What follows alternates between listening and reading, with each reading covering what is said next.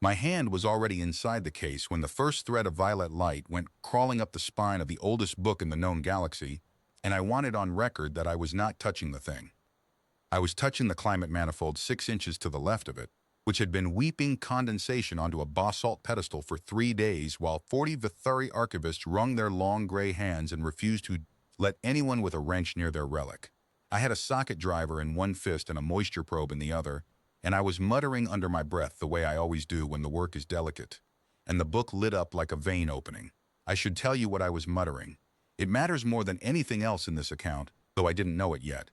When my hands need steadying, I say the words my grandfather drilled into me before I was old enough to spell my own name. We hold what was signed, the line does not break. Some men whistle, some men chew their lip. Renners recite. We've done it at funerals and christenings and over engine blocks for as far back as anyone bothered to write down, and not one of us, in living memory or dead, could have told you what it was we were supposed to be holding. The thread of light reached the top of the spine and stopped. Then a single character on the cover, a glyph the size of my thumbnail, one of hundreds etched into a surface that 9 centuries of Vethari scholarship had failed to read, ignited, violet, deep as a bruise, steady as a pilot flame. Behind me, through the glass of the enclosure, somebody made a sound I had never heard a Vithari make. High and thin, like a kettle starting. My name is Walt Renner. I'm 61 years old, an environmental systems mechanic out of Cleveland by way of 4 orbital yards and a string of contracts that got lonelier and better paying the farther they ran from Earth. Humans had been on the interstellar circuit for about 40 years at that point, and we'd found our niche fast. We were the species that showed up on time and fixed things. The Vithari Athenaeum on Saravel had hired me for a 6-season rotation on their preservation systems. Best pension terms I'd ever seen. I took the job for the money and stayed for the quiet. And on the morning everything changed, I had 11 days left on the contract. The Hall of the Unread sits at the heart of the Athenaeum like a chapel inside a cathedral. Tall, narrow, ribbed, and pale stone, with windows starting 10 meters up so the daylight comes down in long slabs and never touches the floor direct. One pedestal, one book. The Aldrin Codex, pulled out of the ice of a dead moon 900 years ago, its pages fused into a single block, its covers sealed by a clasp of blackened iron that no blade, field, solvent, or prayer had ever moved. The Vithari are the great archivists of this arm of the galaxy. They have read everything. The Codex was the one thing in their care that had refused them, and they had built it the most beautiful room I've ever stood in, the way you'd build a shrine to your own humility. Curator Anna Sell was the one making the kettle sound. She was young for a Vethari, which still made her older than me, and she had her 4-fingered hands pressed flat against the outside of the glass. "Step away from it," she said.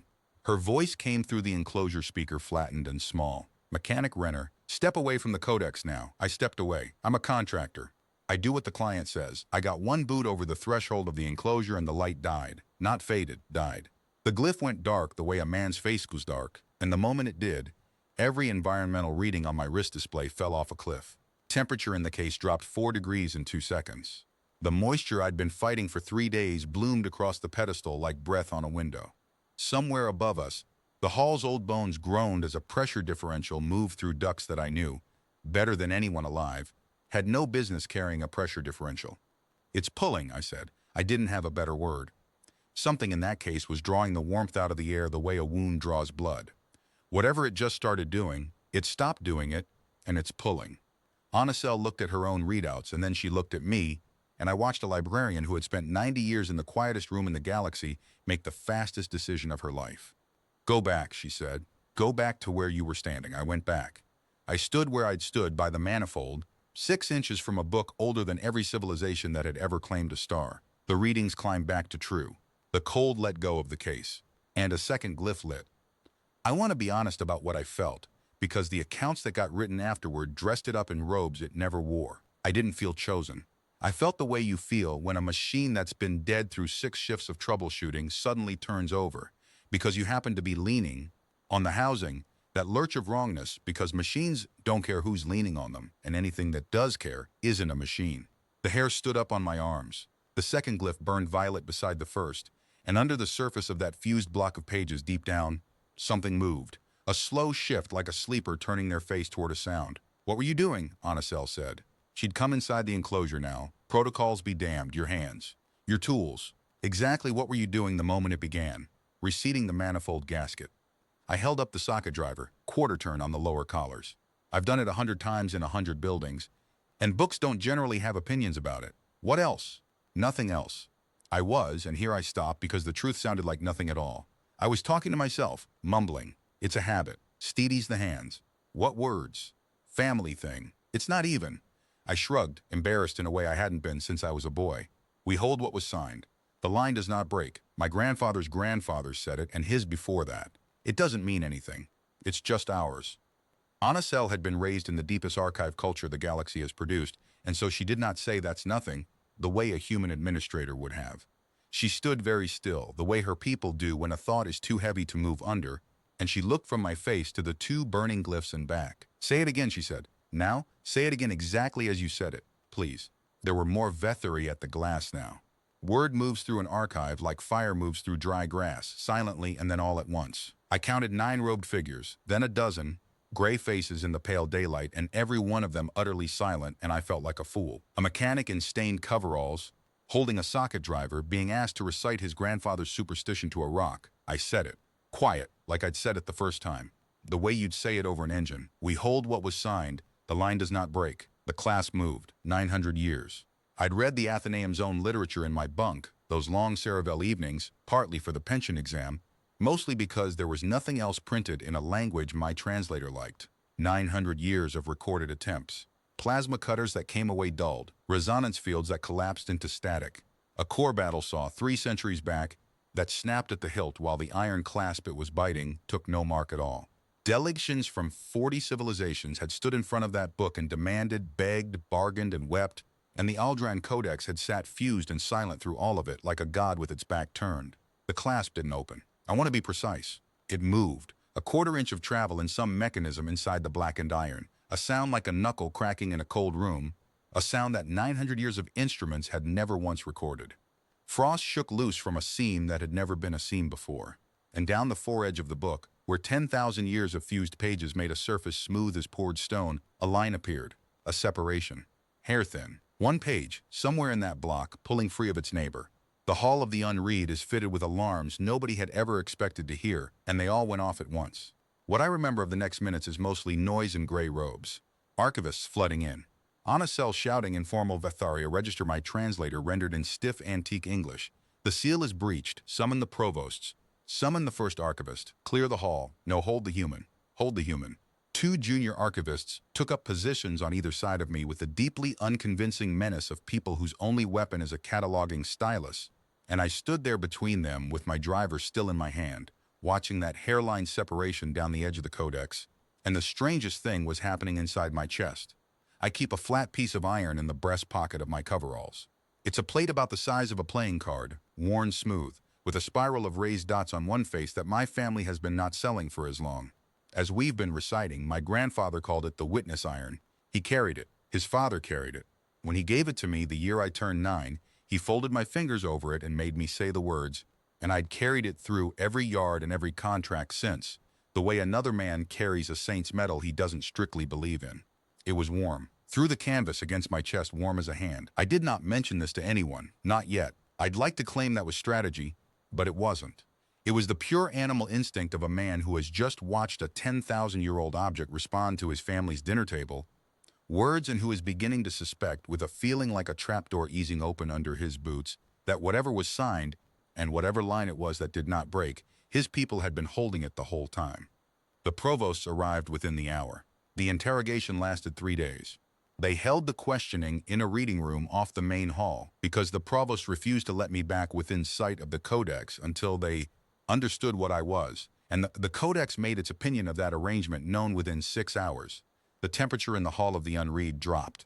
The new seam along the foredge began, slowly to close, pages refusing, the literature would say later, though watching the telemetry it looked less like fusing and more like a man folding his arms. By the time the senior provost, a narrow, dry-voiced archivist named Maradi Kell, had finished her second round of questions about my employment history, the alarms were sounding again, and a junior came in white-faced, gray-faced, going pale, which on a Vethery is the same thing, to report that the pedestal was icing over. Then warm the room, Kell said. We have. It is not a thermal phenomenon, Provost. The heat goes into the case and does not come out. Kell looked at me the way you'd look at a component you suspected of being counterfeit. And if the human is returned to proximity, they returned me to proximity. The ice let go. The seam reopened and gained a second and a third, 3 pages now, pulling free somewhere in the block, and a fourth glyph lit on the cover, and that became the shape of my life for the next 3 days. They'd take me away to ask questions. The book would start dying or sulking, or whatever verb you want to hang on a sealed block of pages that could outweigh empires. They'd bring me back. It would light another lamp. I slept on a cot in a conservation lab 20 meters from the hall because past 30 meters the readings went wrong, and they mapped that radius with me like I was a reactor leak. 2 archivists walking me outward across the Athenaeum's great floor, while a third called out telemetry. All those vaulted ceilings throwing our footsteps back down at us. Understand, I was not a prisoner. Formally, I was, the provost kept saying, a guest of unique standing. But my contract tools were locked up. My comms were politely throttled. And somewhere in those first days, the message I recorded for my wife back in Cleveland. Rosa, it's me. The job's gotten strange. Don't believe anything on the feeds until I call again. Sat in a queue, pending review for 31 hours. I time-stamped it. I'm a mechanic. I time-stamp everything. It's a habit that would shortly matter a great deal. On the second day, they brought in a linguist. Her name was Drenna Voss, and she ran the Athenaeum's comparative language section, and she was the first Vethuri I met who looked at me with something other than suspicion or awe. She looked at me like a problem she was glad to have. She sat me down with a recorder and made me say the words 40 ways, whispered, spoken, slow, fast. She had me say them angry and say them tired, and then she had me talk for an hour about nothing, engines, Cleveland, the proper torque for a coolant collar, while the recorder ran. Then she played me what she'd found. This is the rim script of the Codex, she said, and threw a band of characters onto the wall, the etched line that ran around the cover's border like a frame. 900 years, no decipherment. We never even established whether it was language or ornament. Listen, she played a synthesized rendering, her section's best reconstruction of how the script might sound, built from resonance patterns in the etching, a technique I won't pretend to understand. It was a rhythm more than a voice. A run of stresses, a pause, a shorter run, a long fall at the end. Then she played me, Walt Renner 61, muttering over a manifold. We hold what was signed, the line does not break. The same rhythm, not similar.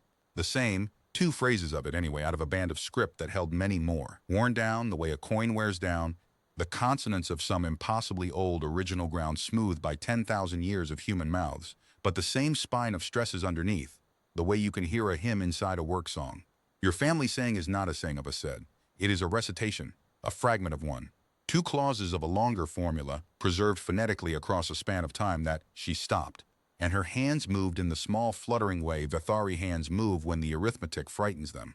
Mechanic Renner, our oldest continuously transmitted oral text is the 6th Can of Eth. It is 4,000 years old, and we are proud of it the way a species is proud of its mountains. If the correspondence holds, your family has been transmitting this fragment for more than twice that, through your entire recorded history, through your dark ages, through everything. It's 2 sentences, I said. Anybody can keep 2 sentences. No, she said. They cannot. That is precisely the point. Drift destroys everything. Empires cannot keep their own founding documents straight for 5 centuries. 2 sentences, 10,000 years, unbroken. And she looked at me with those flat gold eyes and said the thing the whole Athenaeum was about to start saying. Someone made your line a keeper of something, and your line kept it. The provost's response to Avasi's finding was, I'll grant, rigorous. If the rhythm was the key, the rhythm could be forged. They synthesized my voice, a perfect Walt Renner, built from 3 days of recordings, and played the words to the Codex through the enclosure speakers while I stood outside the 30-meter line. The book went dark, every glyph all at once out. The hall went cold so fast that the windows fogged, and the seam along the foredge closed 2 days of progress in about 4 minutes, and the duty conservator was, I am told, close to weeping. Then they walked me back in. I didn't say anything at all. I just came up the hall with my escort, bone-tired, irritated, my breath steaming in air that had no business being that cold, and I put one bare hand flat on the glass of the case, the way you'd put a hand on a sick animal, and I didn't say thought, all right, I'm here. Warmth came back into the room like a tide turning, every dead glyph relit in sequence, a run of violet down the cover like keys being pressed, and one new one low on the spine lit for the first time. Kel was standing behind me. I watched her reflection in the glass, and I watched the moment land on her. It was never the words. The words were a doorbell. The Codex was reading something else. Something that walked in with me and stood at the glass. Something a synthesizer couldn't carry. What are you? She said, quietly to my back. The first honest question she'd asked me. And because I was tired, and because honest deserves honest, I took the witness iron out of my breast pocket and laid it on top of the case. I'd had 3 days to think about whether to do that, and I still can't tell you why I picked that moment, except that secrecy was starting to feel like a kind of lie, and my grandfather had a saying about lying near the thing you're sworn to. Eamon Renner. Tool and die, man, Lake Erie, dead these 26 years. The iron doesn't leave the line, Walt, and the line doesn't lie. I'd thought it was a poetry about honesty and craftsmanship. I am no longer certain anything that man told me was only what I thought it was. The plate lay there on the glass, a palm of black iron, the raised spiral of dots catching the high pale daylight. For a moment, nothing. Then the spiral answered. Light rose up out of the cover beneath it, out through the glass, through 9 centimeters of conservation barrier, and gathered under the iron until the plate floated in a shallow pool of violet. And on the cover of the Aldran Codex, in the dead center of the etched field that 900 years of scholarship had mapped and measured and failed to read, a great seal nobody had ever identified as a seal kindled line by line into a spiral of dots, the same spiral, dot for dot, a lock, and the photograph of its key, or a key, and the photograph of its lock, reunited across 10,000 years and most of a galaxy, humming at each other through the glass. The hall by then held maybe 60 Vetheri, and not one of them breathed. I've stood in machine shops when a crane lets go and the whole floor goes silent in the half-second before the crash. It was that silence held with no crash coming, just an old human in coveralls, a black iron plate, and a book waking up. Provost Kell found her voice first. It had changed. The dryness had gone out of it, and what was left was very old and very careful. First Archivist Etrian must see this, she said. And the human's iron does not leave this hall. The iron doesn't leave the line, I said. Wherever the iron stays, I stay. That's not me negotiating, Provost. As far as I can tell, it's the only rule my family ever had. Kell looked at me a long moment. Then you both stay, she said, and for the first time in 3 days, nobody was standing guard on me when she left the hall. There was no longer any point. Every soul in that building had just watched the truth arrive. The Athenaeum wasn't holding me near the Codex anymore. The Codex was holding me. The Athenaeum locked down that night, and I learned that an archive locking down is a quieter and more frightening thing than a military base doing. Because soldiers lock doors against what might come in, and archivists lock doors against what might get out. Word in this case. The truth of what had happened in the Hall of the Unread was, for perhaps 18 more hours, containable, and the provost convened an emergency conclave to decide what to do with it. And with me, and I was not invited, and I heard most of it anyway, because the conclave chamber shares an air-handling trunk with the conservation lab where they'd cotted me, and I am an environmental systems mechanic, I didn't even have to try. The trunk carried their voices down to me like a confession through a grill. There was a faction, I want this on the record, because they were not villains, and history has been unkind to them, that wanted me gone by morning. Provost Ansel Dre led it, and her argument was sound the whole way down. The Codex was the Athenaeum's charge. The human was a foreign national with 11 days in his contract, and the moment the galaxy learned that the Great Dead Compact answered to a single mortal man, that man would become a target, a hostage, a lever, and a battlefield, and every power that couldn't own him would have an interest in making sure nobody else did. We cannot protect him, she kept saying, and the duct made her voice hollow and close, like she was saying it into my ear.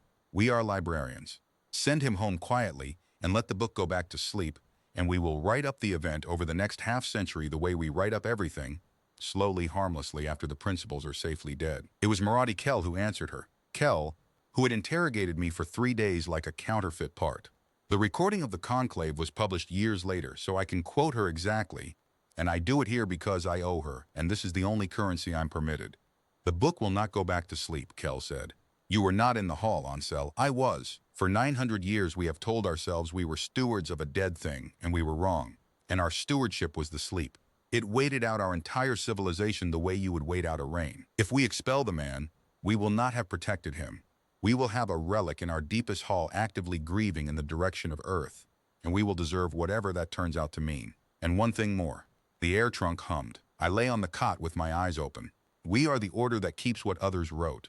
That is our whole oath, the entire dignity of this house. Tonight we found out that somewhere on a damp little world, a family of laborers has been keeping 2 sentences for 10,000 years, keeping them better than we have ever kept anything. If we throw that man out our doors to make our custody simpler, then we are not archivists, we are shelving. The conclave voted just before dawn. I stayed. By a margin, Etrian told me later of one. But Dre's faction won a concession, and the concession was the control test. And I'll defend it to anyone, because it was good method, and it settled something that needed settling. At first light, they brought 3 more humans up from the port district. The only other humans on Saravel, it turned out. A tug pilot named Okonkwo, a fusion welder named Brandt, a hydroponics tech named Lourdes Feria. All of them shaken out of their bunks by Vethari officials at dawn and walked into the most restricted room in the Athenaeum with no idea on this side of the sky what was happening. I stood behind the 30-meter line and watched. The Codex did nothing for the tug pilot, nothing for the welder, who, being a welder, asked if he could touch it and was refused by 4 archivists simultaneously. For Faria, they went further. They had her read my words off a card. A human voice, a human mouth, the same 2 sentences in the same worn English. We hold what was signed, the line does not break. The glyphs went out. All of them, instantly the way they'd gone out for the synthesizer, and the cold came down off the case so hard and so fast that Faria stepped back and crossed herself, and the duty conservator hustled all 3 of them out of the hall, while the temperature telemetry fell like a stone down a well. It was not humanity the book knew. It was not the words. Brandt said afterward in the port bar where he held court on this story for years, that being in that room was like being a stranger at a wake. Nothing in it was for you, and everything in it knew.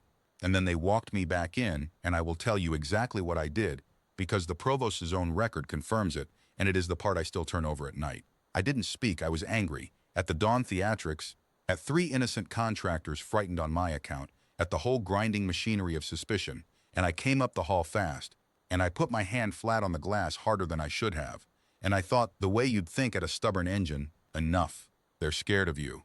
Stop it. The cold stopped. The glyphs came up.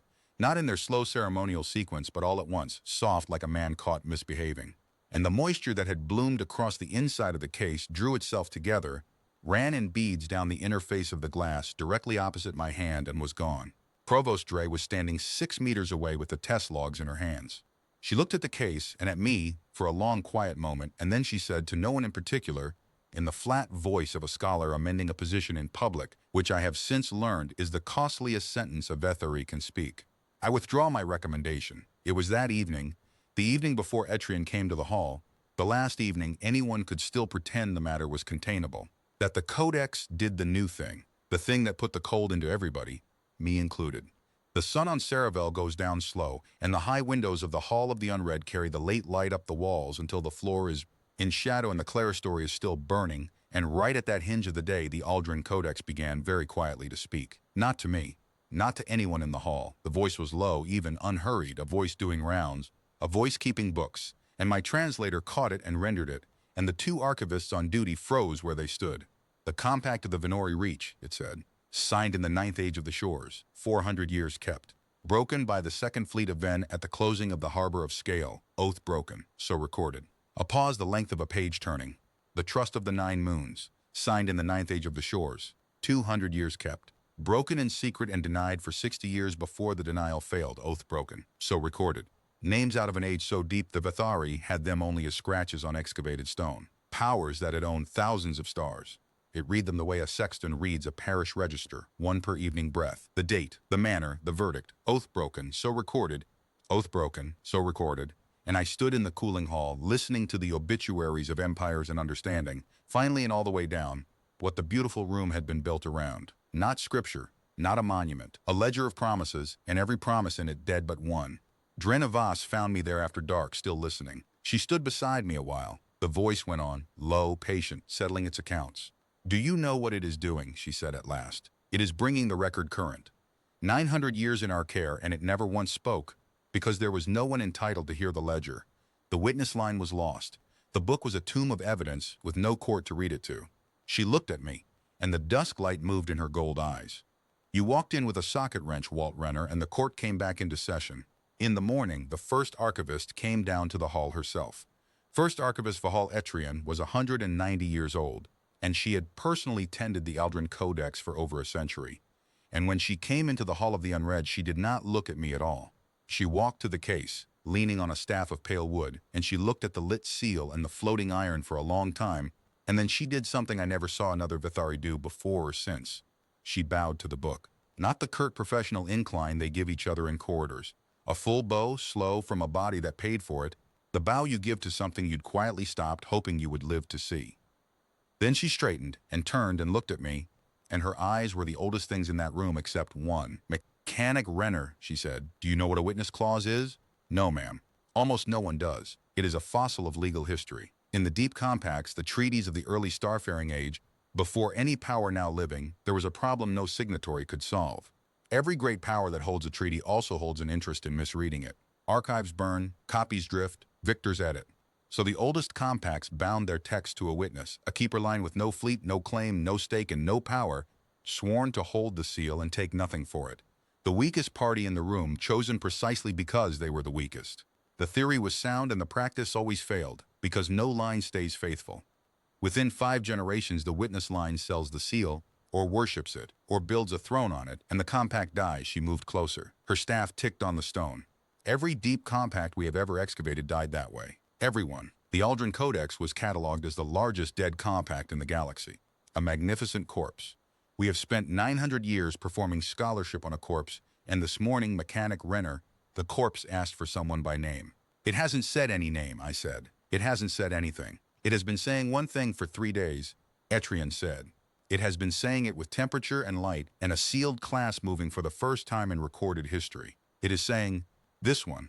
I have served this book longer than your species has been flying, and I am telling you that everything it has done since you knelt at that manifold has been a single word, and the word is mine. The hall was filling again. Provosts, conservators, Avas with her recorder, junior archivists pretending to have duties. Etrian raised one hand and the room stilled, and she said, open the enclosure. Kell started forward. First archivist, the conservation protocols were written to protect a sleeping thing from the air, Etrian said. It is not sleeping. Open it. They opened it.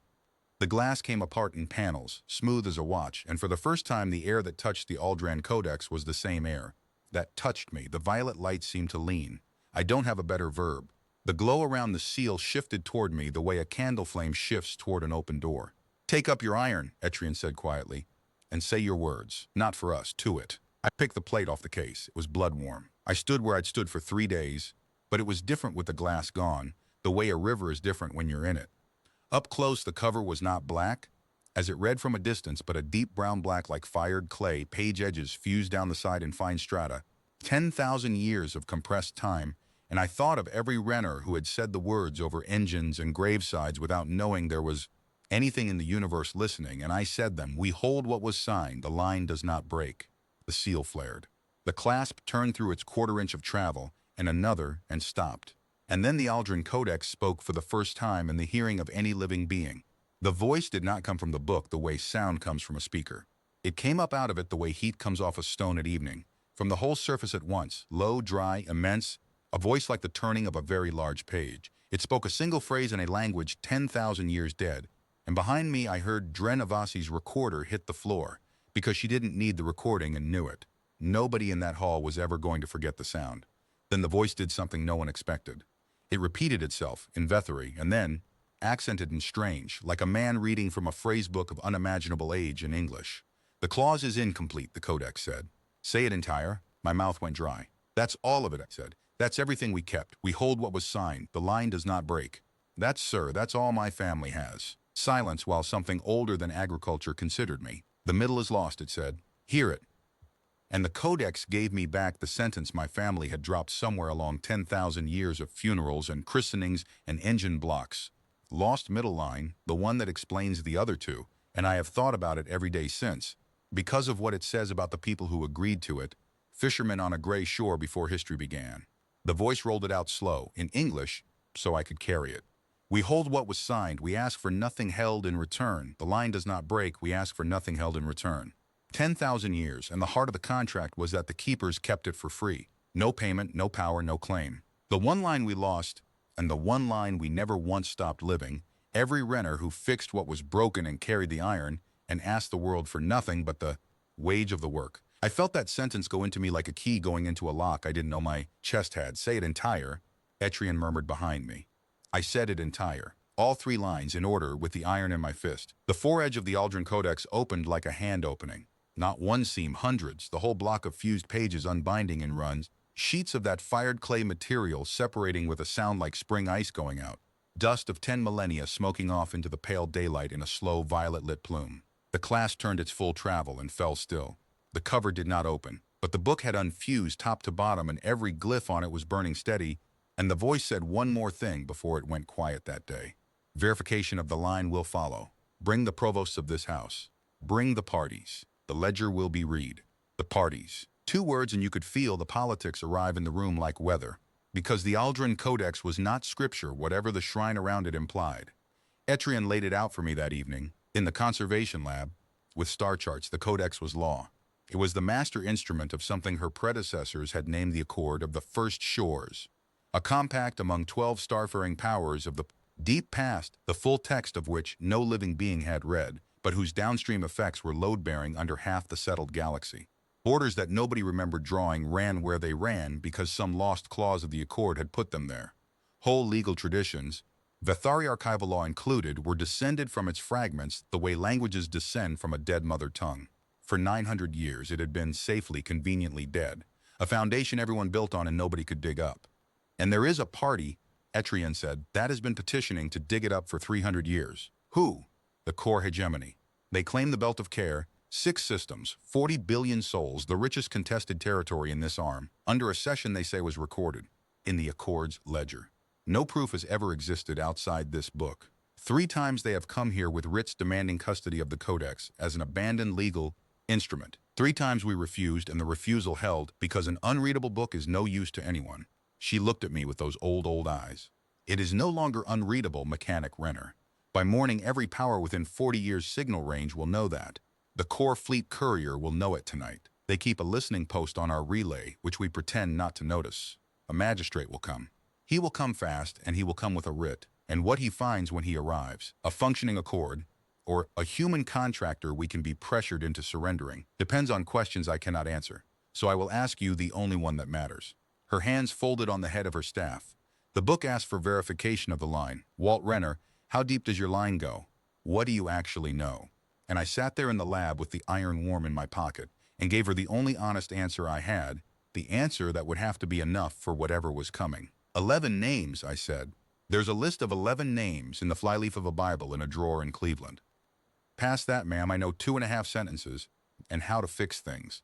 That's the whole inheritance. Then we had better hope, said the first archivist of Saravel, that it was never the knowing that mattered. Because what is coming for you, no archive can stop. The Corps magistrate ship broke orbit over Saravel 4 days later, 11 hours before my contract would have ended. His name was Dres Voken, and he brought the writ, and he brought soldiers. The 4 days between the unfusing and the Corps made the siege that followed look orderly. Etrian had said every power within signal range would know by morning, and she was wrong only about the verb. They didn't know. They erupted. The Athenaeum's relay, built to handle the sleepy correspondence of scholars, took more traffic in the first day than in the previous decade. Petitions, writs, offers, demands for verification, demands for denial, 3 formal requests for my extradition from governments I could not have placed on a chart, and 1 message from Earth, routed through the consulate, that began with congratulations and got to the word opportunity before the second sentence was done. Avasi's section was drafted wholesale into triage. Kel slept, as far as I could tell, never, and every evening at the hinge of the light, indifferent to all of it, the Aldrin Codex read its dead. The dusk readings became the still point those 4 days turned around. The archivists transcribed them. Of course they did. It was the largest historical disclosure in the Order's existence. Ages of lost diplomatic record dictated nightly by the primary source. But what I remember is not the scholarship.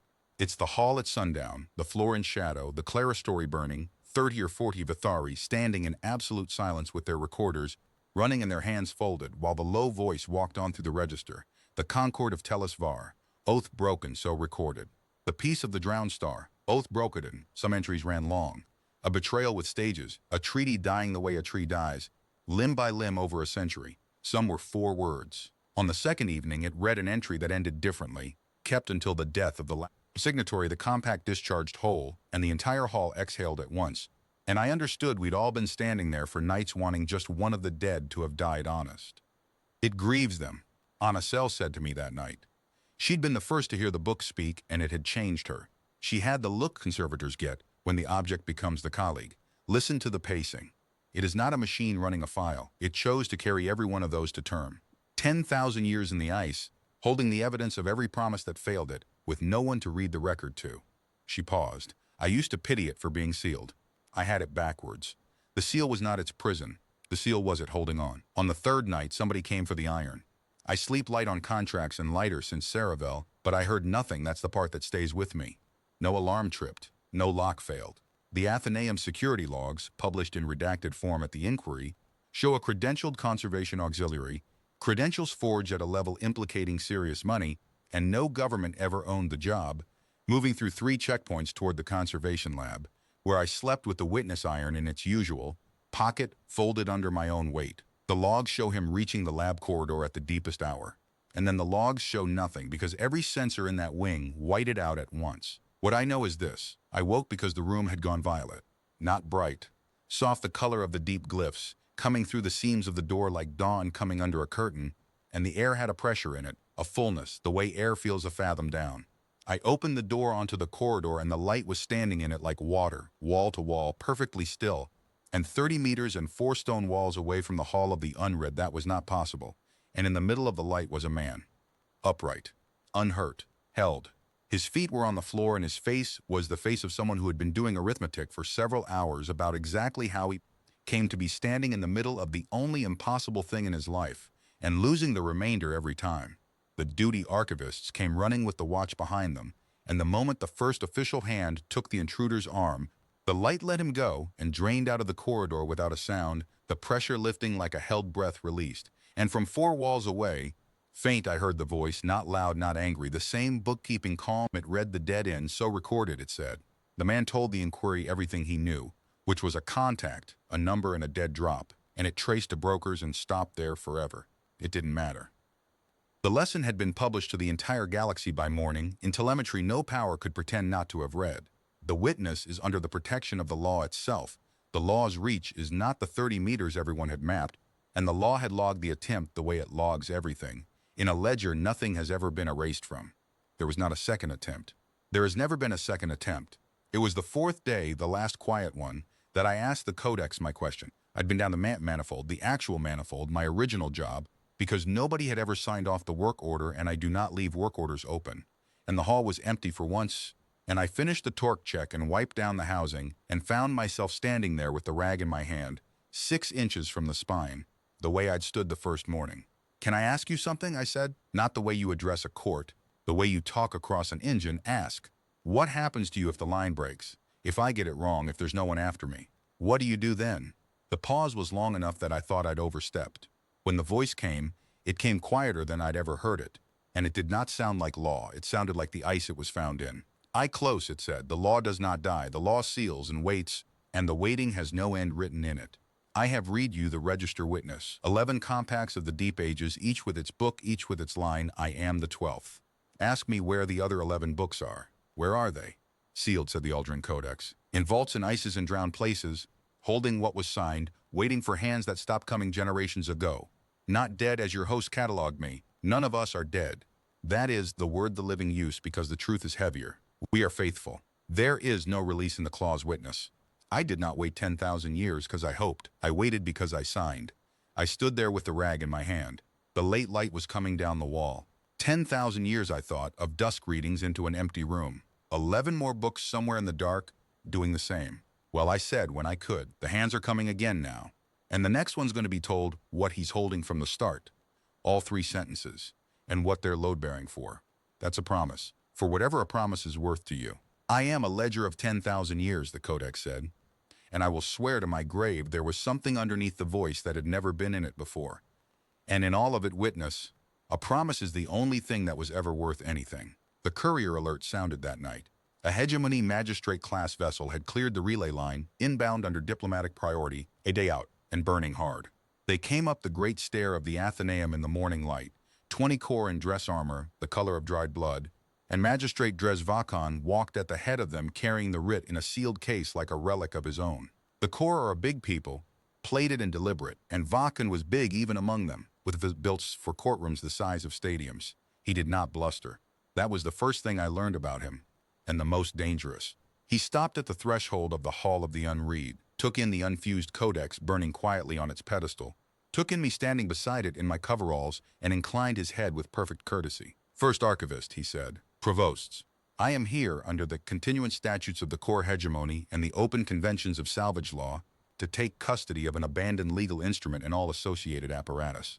His eyes came to me, flat and patient. "I am advised the associated apparatus includes a human. The human is a sovereign citizen of Earth under contract to this Athenaeum, Etrian said. The human's contract, Vulcan said, expired at the 6th hour of this morning. I checked before I landed. He is now a private alien individual in possession of property, an iron seal, material to an instrument under claim. My writ names the instrument, its seal, and its operator. He let that word stand, operator. We are prepared to compensate the Athenaeum generously for its 9 centuries of storage. 60 Vethari archivists heard 900 years of their order's devotion called storage, and not one of them made a sound, and somehow that silence was louder than shouting. I'd been told to say nothing. 3 days of preparation, Etrian and Kell and a Vethari advocate drilling me. The legal ground is thin, let us speak. Do not engage the magistrate, and I meant to follow it. I truly did, but Vakan turned to me then and said, Mechanic, you are a workman far from home, at the end of a contract, standing in the middle of a matter between powers. None of this is yours. Name a wage for the seal and an escort fee for your testimony, and you will go home to Cleveland wealthy with the gratitude of the hegemony. And the words were out of me before the advocate could draw breath. It's not for sale. Everything a workman carries is for sale, Vulcan said, not unkindly. That is what makes him a workman.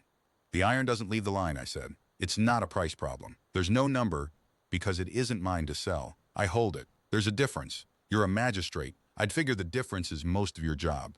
I heard Kell exhale behind me. Vakan studied me for a long moment, recalibrating the way you watch a man recalibrate when the cheap solution dies. And what came into his face then was worse than anger. It was approval, a serious man finding the matter serious. Then we proceed formally, he said, and opened the writ case. What happened next? The feeds across 40 systems played until the recording wore smooth. Vulcan read the writ aloud, sonorous, flawless, citing statute and convention and precedent, custody of the instrument styled the Aldrin object, its appurtenant seal, and the operator thereof, and as he read, the Aldrin Codex began, page by page, to go dark. Not the sulking dark of my absences, deliberate dark.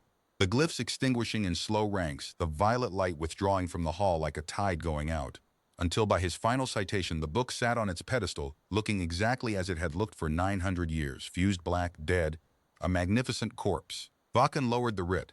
For the first time something moved behind his courtroom face. It does that, I said, when somebody lies near it. I have cited statute, Vakan said. You called it abandon, I said, and the moment the word left me, abandon. Every glyph on the Aldrin Codex came up at once, full burn, the hall flooding violet to the windows. And the voice came up off the surface of the book like heat off a forge, in Vethari and Core and English all braided together, and it filled that stone room to the roof beams. Nothing sworn is abandoned while the oath is kept. The witness stands in this hall. The line is unbroken. State your claim, Core, and it will be read, or withdraw it and be read anyway. I have seen courage, and I have seen its absence, and I will testify that Dres Vakan stood his ground in front of that voice with 20 soldiers at his back visibly wishing he wouldn't. He turned to face the book square. He raised the writ. I state the claim of the Core hegemony, he said. The belt of care, 6 systems, ceded to the line of Core in the 3rd settlement of the Accord of the First Shores, recorded in the ledger of this instrument. The hegemony claims its own. The hegemony has claimed its own for 300 years before this house and been refused for want of the record. Read the ledger then. We ask nothing the book does not hold. The ledger opens to the witness, the Codex said, to no other hand. Verification of the line precedes all claims. Until the line is proven, the law is shut. Then verify, Vulcan said, and turned to me and smiled the way an avalanche considers a village. And when verification fails, when this workman proves to be a man who memorized a rhythm and carries a copied seal, as my forensic delegation will argue, custody reverts to salvage. We will wait. They waited. That was the siege, though no shot was ever fired in it. The Core delegation encamped in the Athenaeum's guest precinct with their forensics and their advocates. A hegemony cruiser parked itself in high orbit, formerly a courier escort, and the galaxy's attention arrived behind them like a second fleet. Within a week there were delegations from 11 powers on Saravel. Every one of them descended from some signatory of the Accord, every one of them suddenly urgently interested in what the ledger said about borders their grandfathers' grandfathers had taken for granted. The Athenaeum's quiet halls filled with advocates the way a wound fills with flies, and in the middle of all of it, in the Hall of the Unread, there was me, a mechanic from Cleveland whom 30 governments were now describing in classified traffic, I later learned, as the most strategically significant individual in the spiral arm. I called Rosa on the 4th night of the siege, the throttles finally off my comms because no one dared throttle them now. The lag to Earth was 9 minutes each way. I told her all of it, plainly, the way we tell each other things, and 18 minutes later her answer came back, And she didn't waste a word of it on being afraid for me, because 41 years of marriage and she knew that wasn't what I needed carried. Your grandfather knew, she said. Walt, listen to me. A man doesn't fold a 9-year-old's fingers over a piece of iron like that for a keepsake. Somewhere down that line of yours, they stopped knowing what it was, but they never stopped knowing it was. You've been verified 11 ways since the day you could talk. Stand where they put you, love, and come home when it's done. Stand where they put you.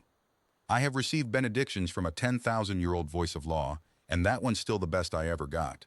The siege had a schedule, because the Corps are nothing if not procedural, and the schedule was designed to grind. Each morning their forensic delegation filed a fresh demand through the Athenaeum's advocates, and each demand was reasonable, and each was a tooth on a saw. They wanted my blood and got it. Drawn by a veterinary medic with a Corps observer and an Earth consular witness crowded into the conservation lab like the worst committee ever assembled. 4 milliliters of mechanic sealed into a case with more chain of custody documentation than I had ever generated in my life. They wanted my service records, my genealogy, my transit history, the maintenance logs of every system I'd touched on Cerevel. They wanted, above all, the witness iron, and that they did not get.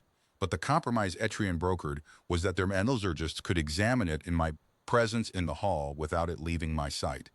I want to describe that examination because it was the morning the Corps case began to die, and everyone in the room felt it except, possibly, the metallurgists. They set up their bench 15 meters from the pedestal. Instruments I have recognized spectrometry and crystallography gear of a make centuries past anything in a human yard. The chief metallurgist was an elderly Corps with plating gone pale gray at the seams, and he handled the iron the way good metallurgists handle everything, like it was evidence and patient both. He ran his assays. He ran them again. He recalibrated against 3 reference standards, ran them a 3rd time, and then he sat back from his bench and was silent for a long moment, and then he did something that I'm told is not in any Corps procedural manual. He looked over at the Aldrin Codex, open-faced and burning quietly on its pedestal, and he addressed it directly. The clasp, he said, the iron clasp on your cover. What is its composition? Ask your instruments, said the Codex, which had been listening to everything for days, whose readings you already hold. My instruments, the old Corps said slowly, tell me that the human's plate and your clasp are not similar alloys. They tell me the trace signatures are identical to the resolution of my equipment. They tell me these 2 objects came from a single pour of metal. He set his stylus down. There is no known method for forging that correspondence. There was no purpose in forging it, because until 9 days ago, no one alive knew the clasp's composition to copy. I am required to ask you formally, for the record, is it so? It is so, said the Codex. 1 bar was smelted on the gray shore the night before the signing, of iron from the witness's own country. It was cut in 2. Half was made my clasp, half was given to Asha's hand. The parties reasoned that a lock and its key should be one flesh, so that neither could pretend in after years that it had never known the other. 1 bar, cut in 2. 10,000 years and my family's half had crossed oceans and famines and the dark between stars and toolboxes and apron pockets, and the other half had waited in the ice with the book it was born beside. The old metallurgist packed his bench that afternoon and, before he left the hall, bow not to me and not quite to the Codex, but to the space between us, where I suppose the truth of his trade was standing. His report entered the record unamended. Tessel Moore never cited him again. She deposed me instead the following day in the reading room with advocates 3 deep along the walls, and she was very good, 6 hours. She walked me through my finances, my contracts, my debts, I have none, which she contrived to make sound sinister, and then she spent the back half of the day on a single question wearing 40 disguises. What do you want, Mechanic Renner? She offered it gently, brutally, sideways, in writing. What does the witness want? Because a man who wants something can be priced, and a price is a handle, and the Corps needed a handle more than they had ever needed the belt of care. I want to finish my contract, I told her, at hour 6. I'm 11 hours short of a completed service record, ma'am. 31 years without a voided contract, and this business has me in breach for non-completion of a manifold certification. After that, I want to go home for Christmas, and I want my grandson's name kept off your filings, and that's the entire list. No man's list is that short, Tesselmore said. Lady, I said, tired enough to be honest, my family's been working off the same list for 10,000 years. We ask for nothing held in return. You've had the clause in evidence for a week. The trouble isn't that you haven't read it. The trouble is that nobody from a hegemony can believe anybody means it. She didn't answer that. But I watched her log it, verbatim, into the record her own government would have to read, and I have wondered since whether Tessel Moore knew exactly what she was doing in that moment, entering the oath's whole defense into evidence under a Corps seal. I never asked. A witness says what was, and what was is that she wrote it down. It was Earth that nearly broke me.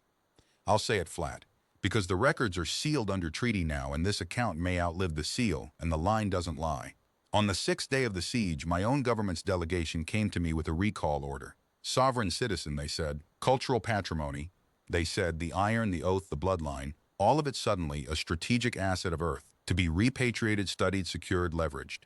The attaché was a decent enough man doing an indecent errand, and he put it to me kindly, "Come home, Walt. Bring the plate. Let Earth's lawyers stand between you and all these empires. You'll be protected. Your family will be protected." The alternative, and here the kindness got very thin, was that I'd be a private citizen, alone, unsupported, conducting personal foreign policy in violation of about 9 statutes they were prepared to enumerate. The hall had gone very cold while he talked. Nobody else seemed to notice. I did, because I'd spent 9 days learning that telemetry like a man learns his wife's silences.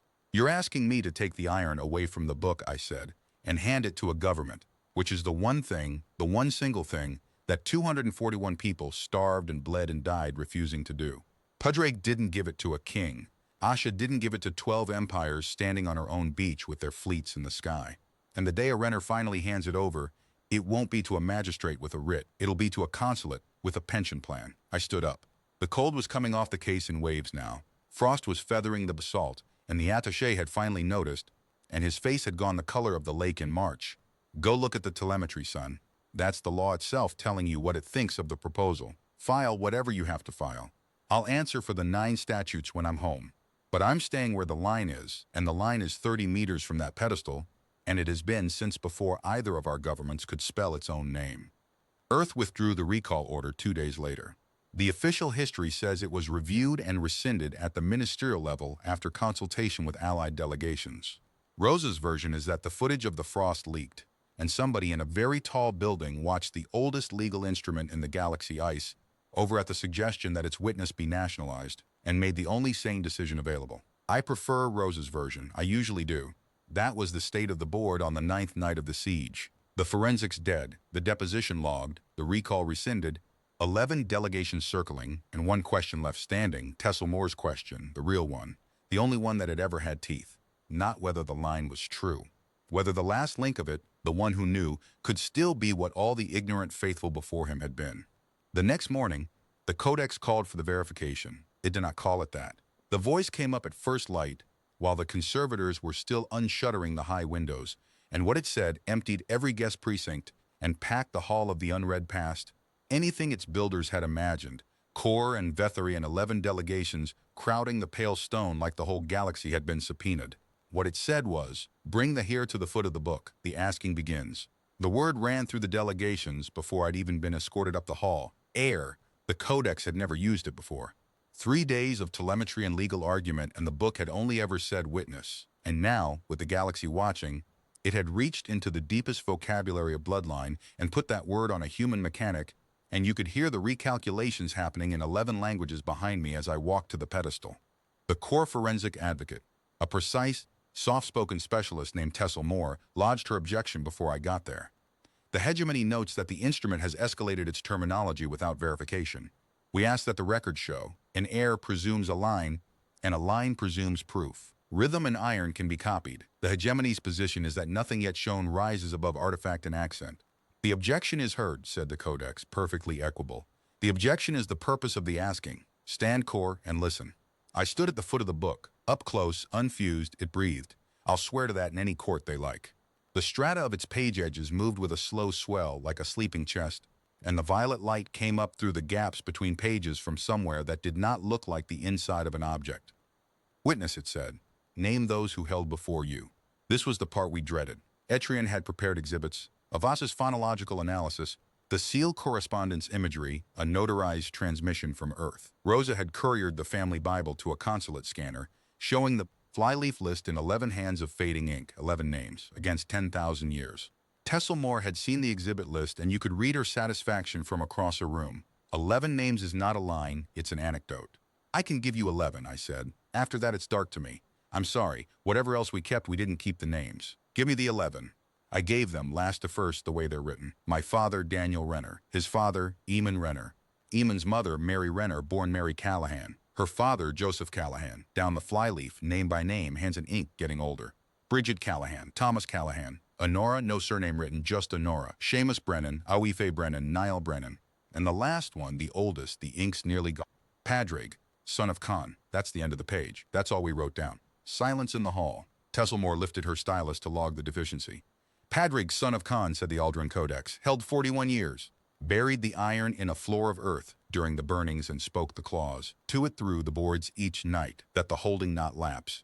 Before him Khan, son of Eva, held 22 years. Before her Eva, daughter of Marta, who carried the iron across a frozen strait when her village died and asked the people who took her in for nothing.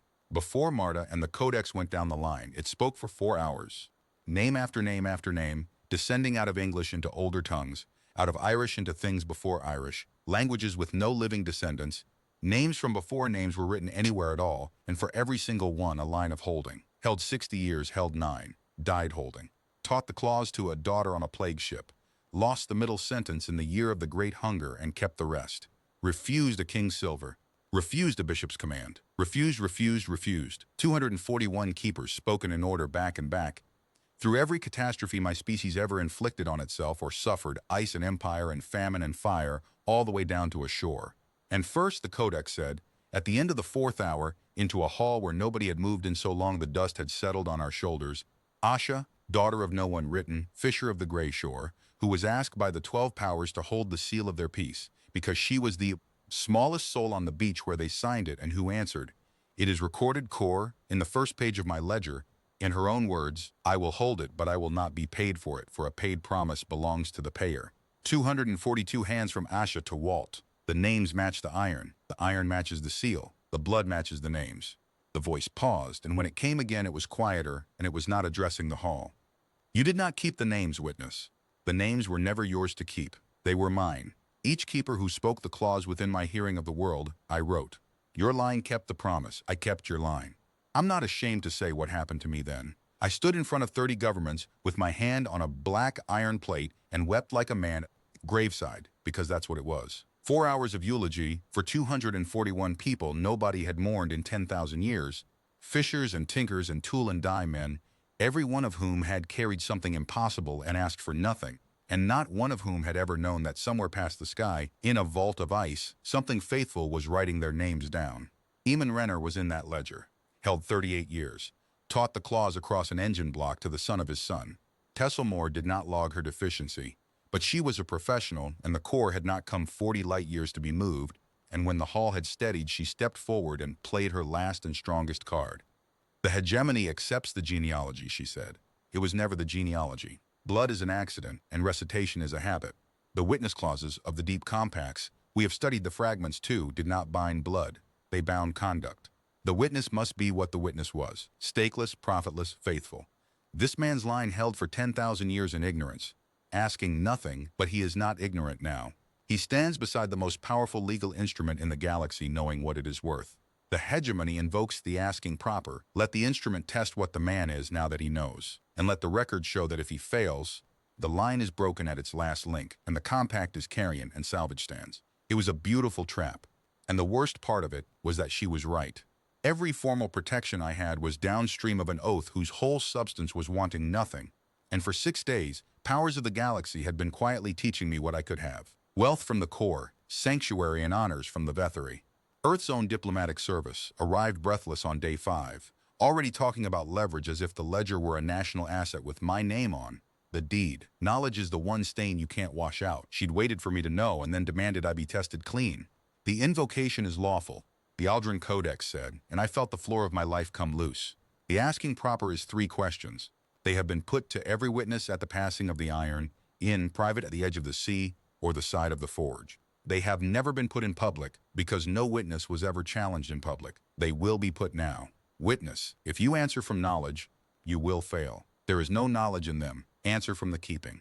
The high windows let the morning down in long, pale slabs. 20 corps soldiers, 11 delegations, 60 archivists, 1 wet-eyed mechanic. Somewhere 9 minutes away by light speed, Rosa, asleep, having already told me everything I needed, stand where they put you. Ask, I said. First question, said the Aldrin Codex. What is out to the keeper of a promise? The hall leaned in, all of it. 1,000 tons of attention coming down on a man in coveralls. and I'll tell you what saved me, because it wasn't wisdom. It was that I'd spent 6 days turning the lost middle line over in my hands the way you turn a part whose function you're trying to deduce, and there's only one answer that line permits. And my family had been giving it for 10,000 years without being asked. Nothing, I said. That's the whole mechanism. The minute the keepers owed something, the promise has a price, and anything with a price has a buyer. You want a promise to outlast empires, you have to give it to somebody who's agreed to get nothing back. Asha said it better. A paid promise belongs to the payer. The violet light pulsed once, slow like a long blink. Second question, when may the witness speak? This one I felt the politics of even as it hung in the air. 11 delegations were in that room precisely because they wanted the witness to speak, to read the ledger their way, lean the law their direction, become a voice in the games of powers. A witness who can be made to speak is the most valuable property in the galaxy. I thought about every deposition I'd ever given as a contractor after some yard accident, sworn in, sweating, and what the company lawyers always wanted versus what the oath I'd taken wanted. The witness speaks when asked, I said, and says only what was. Not what should be, not what it means, not who deserves what. That's for the parties in the law to fight over. The witness is the man who was in the room. You ask him, he tells you what was signed and what was said, the same words to a king as to a beggar, and then he shuts up. The moment a witness starts saying what ought to happen, he's not a witness anymore. He's a player. And then his testimony is worth exactly nothing, like everybody else's. Somewhere behind me, I heard the Earth delegation's lead attaché stop breathing for a second, because in one answer, I had just disqualified myself, permanently and on the record, from being anybody's leverage. I knew it as I said it. I said it anyway. It had the advantage of being true. Third question, said the Codex, and this time the voice came down to something almost private, though every soul in the hall heard it. What is the weight of a word? And there it was. The question with no floor under it, the one you can't prepare, and I stood there with the iron in my fist feeling 242 people standing behind me in a line 10,000 years long, every one of them waiting on the last link, and I answered it from the only place I had, from the keeping, from engine rooms and graveyards and a kitchen in Cleveland. Depends who said it, I said. That's the honest answer. A word from a man who breaks them weighs nothing. You can fill a treaty hall with that kind of word and the scales don't move.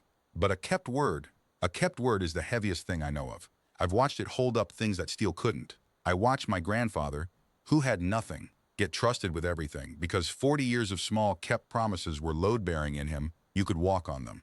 Empires sign in gold and it weighs nothing in a century because they break it. My family signed with our breath, 2.5 sentences, and here's the whole galaxy.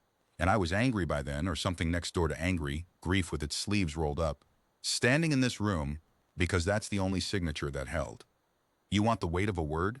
It's whatever the word is holding up at the moment somebody keeps it anyway, when breaking it would pay better. Right now, today, the word my family kept is holding up the law under 40 billion people. So I'd say it weighs about 6 star systems, sir. The silence afterward had mass. I could hear the dust falling. Then the Aldrin Codex moved. It rose off the basalt pedestal, a block of fused millennia the size of a tomb door, lifting smooth as a bubble in oil, and it turned in the air, unhurried, until its great cover faced me square. The iron clasp swung loose and open. Light stood up out of the page edges in vertical blades. Through the high windows the morning came down white, and the violet of the book burned against it, and the cover of the Aldrin Codex swung wide for the first time since the shore where it was signed, and out of its open face the voice came, and the voice had changed. Every other word it had spoken was law. This was recognition. Walt, son of Daniel, son of Emon. 242nd hand of Asha. The asking is past. Not from knowledge, from the keeping, as it was given. Hear me, powers, and write what you hear. A pause like a held breath, 10,000 years long. Hear of the standing oath. And the first page turned. There they were. The hall's imaging systems threw it 10 meters tall on the pale stone so every delegation could see, but I saw it with my own eyes at arm's length, and that's the copy I keep, the witness page. 242 names in 242 hands of script the Codex itself had written across 10,000 years, each one inked the day its keeper first spoke the clause within the hearing of the world. Asha at the head in characters like bird tracks. Padraig, son of Khan Honora. Eamon Renner, written the day a tool and die man taught a clause across an engine block, Daniel Renner. And at the foot of the column, in ink that the conservators would later confirm, to their professional horror, was not 9 days old but 52 years old, written the day a 9-year-old boy in Cleveland first said the words with his fingers folded over a piece of iron, Walt Renner, and below my name, an empty space, ruled waiting, patient as ice. The ledger stands open, said the Codex. and turned its face from me to the hall, to the Corps in their dried blood armor, and the 11 delegations and the archivists of 900 years. The witness is proven. The law is in force. Corps, your claim was stated. It will now be read. Witness, turn to the third settlement. Me. It meant me. The witness turns the pages, no other hand. I stepped up to the open book with 60 governments worth of recording instruments trained on my knuckles, and I turned the pages of the master law of the galaxy with hands that have skinned themselves on every kind of housing and manifold in 40 years of yards. And the pages turned like any pages, like the book had decided that for these hands it would just be a book. The third settlement of the Accord of the First Shores ran 6 pages. The Codex read it aloud itself in Core and Vathari in English, and the reading took most of an hour, and I will give you the heart of it the way the hall heard it. Because the galaxy's lawyers have written libraries about it since, and the heart is simpler than any of them admit. The Corps were right, and the Corps were wrong. The belt of care had been ceded to the line of Corps that was written, plain as a wrench. Vakan's 3 centuries of petitions had been just, but the session carried a condition, recorded in the same ink. The belt was granted to the Corps in trust, for so long as its peoples kept the open harbor law, the right of any vessel in distress, of any flag, to dock, fuel, and depart unharmed. The Gray Shore powers had written it the way fishers write law. Nobody owns the sea, everybody owes the drowning. And the ledger's own continuing record, kept by the Codex across 10,000 years from its vault of ice, listing each breach with date and manner like rust spreading down a column, the closed harbors, the seized refugee hulls, the 3 centuries of the hegemony's borders sealing tighter, ran to 4 pages. The claim is upheld, said the Aldrin Codex. The condition is broken. Hear the judgment of the standing law. The judgment took 4 minutes to deliver and has taken the galaxy the years since to digest. The belt of care was confirmed Corps, title upheld, 300 years of petitions vindicated in a sentence, and I watched something unclench in Dres Vakan's plated shoulders that I'd wager had been clenched his whole career. And in the next sentence the condition was reimposed, whole, with its 10,000 years of interest, the harbors of the belt to stand open, the seized hulls to be accounted, the breaches in the ledger to be answered not with forfeiture but with restoration, the law caring nothing for punishment and everything for the promise resuming. The Codex did not take the belt from the Corps. It gave the Corps back the version of themselves that had signed. The line of Corps made an oath, it said at the end, into a hall where the magistrate of the hegemony stood very still. The oath still stands. It has been waiting for you to return to it, as my witness waited for me. The law does not despise the breaker. It keeps the door open. That is what keeping is. Vakan was quiet for a long moment. Then he turned not to the Codex, but to me, and the courtroom voice was gone, and what was under it was older and plainer. Witness, he said, if we had taken the book by written salvage, if we had pried it open in a hegemony laboratory, would it have read us this? You know it wouldn't, I said.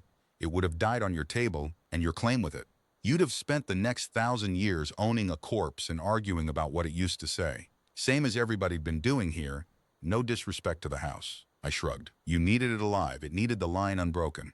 Turns out the cheapest thing in the galaxy was the one thing nobody thought to budget for. Somebody who just keeps their word. He looked at me a moment longer. Then Magistrate Dres Vakan of the Corps hegemony bowed to a mechanic, the full formal bow they reserve for opposing counsel who have beaten them, clean, and his 20 soldiers, after a beat of magnificent confusion, bowed behind him. The feeds played that until it wore smooth, too. The delegations wanted things after. Of course they did. 11 powers and Earth's attaché besides, all of them suddenly solicitous, all of them with proposals. The witness should have a residence on their capital, a seat at their Congress, a security detail, a title. The Vathari, bless them, wanted to build me a wing. And Earth's people wanted, well, Rosa had a phrase for the way our own diplomats looked at me those weeks. Like a dog that found a gold mine, she said. Everyone's very fond of the dog and everyone's measuring the mine. I said no to the lot of it, and here's the thing nobody believed then and most still don't. It wasn't nobility, it was the job. I'd finally read the specification, 2.5 sentences, 10,000 years of installation history, and the specification said the witness takes nothing. You don't get to admire the mechanism and then jam it. The whole reason the law was alive in that hall instead of dead in a vault was that 241 people before me had said no to better offers in worse times. Padraig under the floorboards during the burnings. Asha on the shore with 12 empires standing over her, inventing the no that all the others were copies of. So the settlement, when the advocates finally drafted it, ran like this. The Aldrin Codex remains in the Hall of the Unread. Its choice, not mine, I asked it. The Athenaeum keeps it as it kept it for 900 years, only now the high doors stand open, and any descendant of any signatory may come and ask, And when they ask, the witness or the witness's line comes and turns the pages, and the ledger is read aloud, what was and only what was, the same words to a king as to a beggar. The Vithari conservators have standing instructions that the climate manifold by the pedestal is to be serviced by no one but me while I'm above ground, which is the only honor I accepted because I installed the replacement myself, and I've seen how the local techs torque a collar, and the witness draws no pay for witnessing. There's a fund, the powers insisted, and the fund forwards every credit to the open harbor stations in the belt of care, where they're accounting the seized hulls now, one family at a time. The first restored vessel made dock 11 months after the judgment. They've renamed it. I asked them not to tell me what. I went home for a season, when the drafting was done. Cleveland in October, the lake the color of old iron. Rosa at the gate, at the bottom of the ramp like 41 years was a long weekend. My daughter Marin drove up from Columbus with her boy Theo, who is 9 years old and wants to be a mechanic or a paleontologist depending on the hour, and one gray afternoon I took him out to the garage because some torques you don't trust to anyone else's hands, and some you don't trust to time. I folded his fingers over the iron. It was warm. It's always warm now. I told him it would be his to hold one day, his or his cousin's. The line would sort that out the way it always has, and that holding it meant 3 sentences and meant them all the way down, and that nobody would ever pay him for it, and that was the entire point. And Theo, who is a serious boy when the hour calls for it, frowned the exact frown my grandfather used to frown across an engine block and asked me what we get if we do it right. Nothing, I told him. We get to be the kind of people it's safe to leave things with. There's maybe 4 of those to a Galaxy kid. Turns out it's a trade. He said the words. I wrote the date in the Bible flyleaf, 11th hand, and 9 minutes later, except it isn't 9 minutes, it's 40 years of signal lag, and the conservators' clocks confirm it happened in the same second, and I've stopped asking how. On a pedestal in the Hall of the Unread, under the long pale windows, the Aldrin Codex opened itself to the witness page and wrote in fresh ink in a small new hand, Theo. The empty space moved down one line. Patient as ice. People ask me, when they recognize me on transit or corner me at Marin's church, what it feels like to be the heir to the oldest oath in the galaxy. They expect I think something about voices and violet light, the day the law stood up off its slab and said my name in front of 30 governments. And the honest answer disappoints them. So I'll set it down here in full and be done. It feels like a Tuesday in the garage with my grandfather, 52 years before any of it. The trouble light hanging off the hood and the words going back and forth across the engine like a torque check. We hold what was signed. We ask for nothing held in return. The line does not break. He knew or he didn't, or he knew the way the line always knew. Under the knowing, in the hands, it never mattered. The Empire signed in gold, and the gold is dust, and every one of their oaths is 4 pages of rust in a ledger. My people signed with 2.5 sentences and a piece of iron, breath to breath, for 10,000 years asking nothing, and ours is the only ink in that whole great book that never dried. The line does not break. It never has. Now it knows why, and it still doesn't matter, and that the book itself will tell you, if you come to the hall and ask what was, is exactly why it holds.